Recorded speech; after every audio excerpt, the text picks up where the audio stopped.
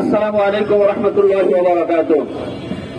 বাংলাদেশ হেফাজত ইসলাম কুষ্টিয়া জেলা শাখার উদ্যোগে আজকের এই নারী কমিশন বাতিলকে কেন্দ্র করে কেন্দ্রীয় ঘোষিত এই মিছিল ও মিছিল শেষে যে সমাবেশে আজকে উপস্থিত আছেন কুষ্টিয়া জেলা শাখার সম্মানিত সুযোগ্য সভাপতি জনাব আলহাজ হযরত মাওলানা মুফতি আব্দুল হামিদ সাহেব, সম্মানিত তাওহীদি জনতা, আজকের এই মিছিল শেষে এই বক্তব্যের শেষে এই জনসভার মাধ্যমে আমরা বলতে চাই যে সকল নারীরা তাদের নারী কমিশনের নারী অধিকারের নামে তারা রাস্তায় বের হয়েছিল, গতদিনের মিছিল আমরা দেখেছি।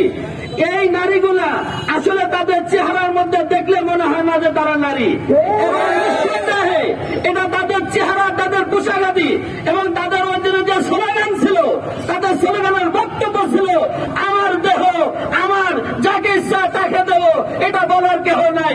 এটা কোন বিবেক সম্পন্ন কোন মানুষ এটা কখনো গ্রহণ করতে পারে না। কে বলেন কথা ঠিক?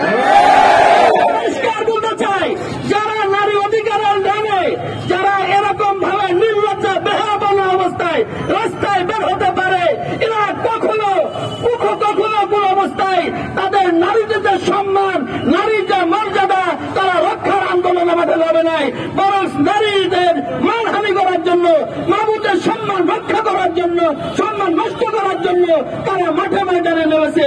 অতএব এদের সংখ্যা সারা বাংলাদেশে যদি আমরা চিন্তা করি বুঝালে একেবারে বলা যায় যে মুসলিমের কয়েকজন কিছু হতে পারে। কি বলেন কথা ঠিক কিনা?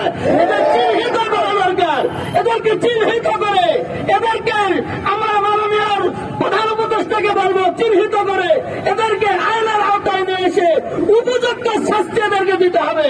এরা আমাদের মাহবুবদের সম্মান নষ্ট করেছে, ইজ্জত নষ্ট করেছে, আমাদের ধর্মীয় অনুভূতির উপরে আঘাত এনেছে।